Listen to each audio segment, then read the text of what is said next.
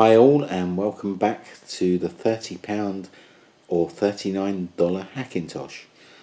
Now, since we last were here, I have done a few upgrades. So let me talk you through them.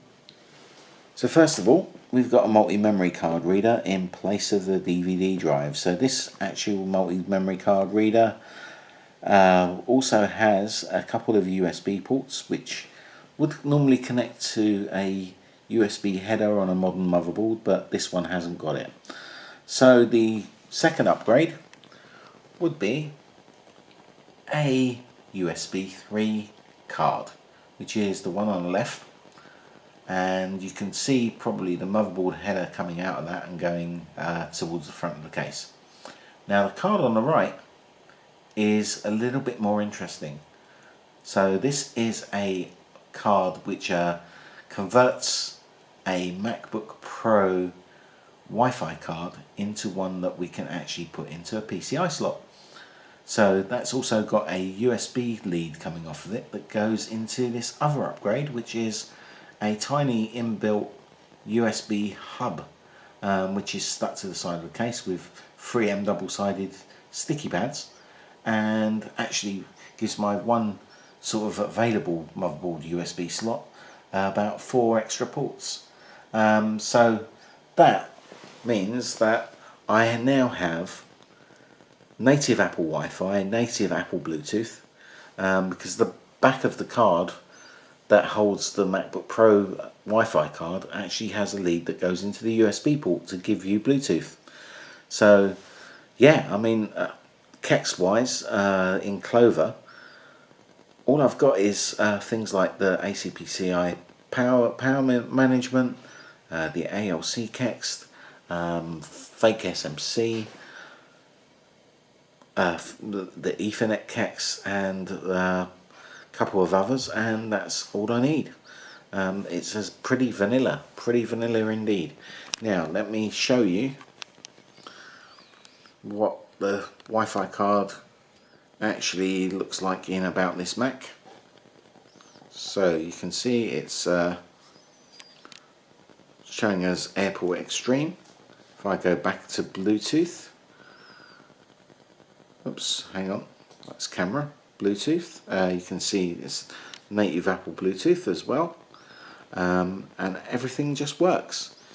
So that means that I've got Wi-Fi, which is much faster than the Ethernet that I had in there.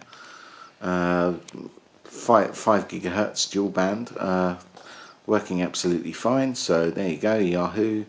I'm just going to click on a few links to show you that it's working pretty fast. I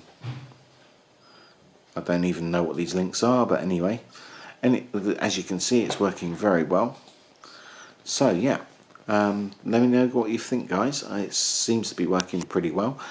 Now, other upgrades I've got coming are going to be another 4 USB ports to put into the floppy drive bay, which are going to be USB 2, and that's pretty much it apart from the big upgrades.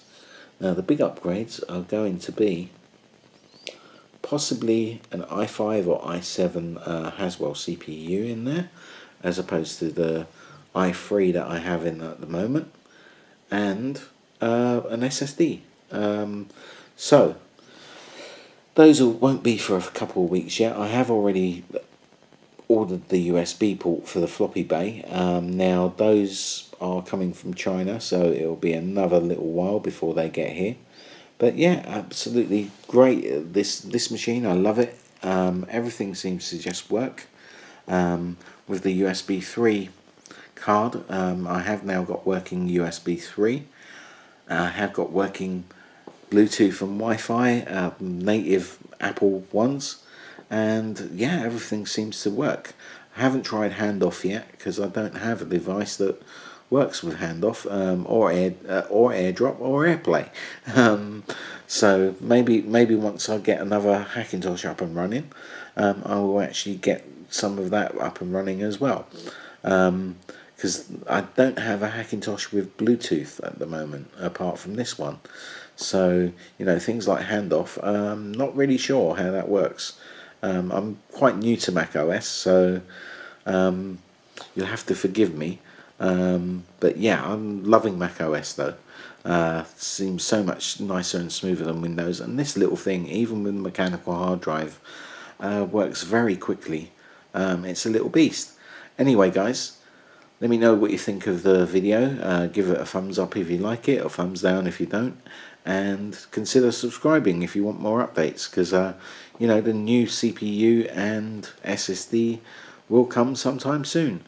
So now this poor little £30 Hackintosh is more like £130, and we're still looking at a CPU and SSD upgrade.